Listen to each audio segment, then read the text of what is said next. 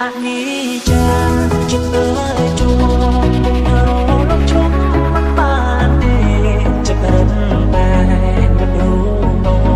បងខំបងហាមចិត្តមិនបានខំកាន់ថាជុំស្រឡាញ់រុំតោមិនពេញគួរក្នុងប្រាតែហាមចិត្តក៏មិនបានខំពុនបានក៏តែស្រ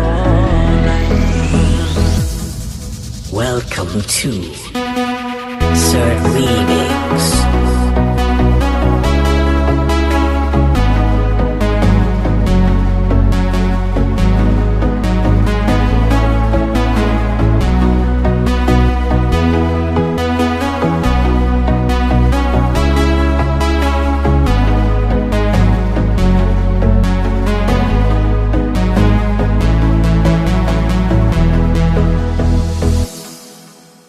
ស្រឡាញ់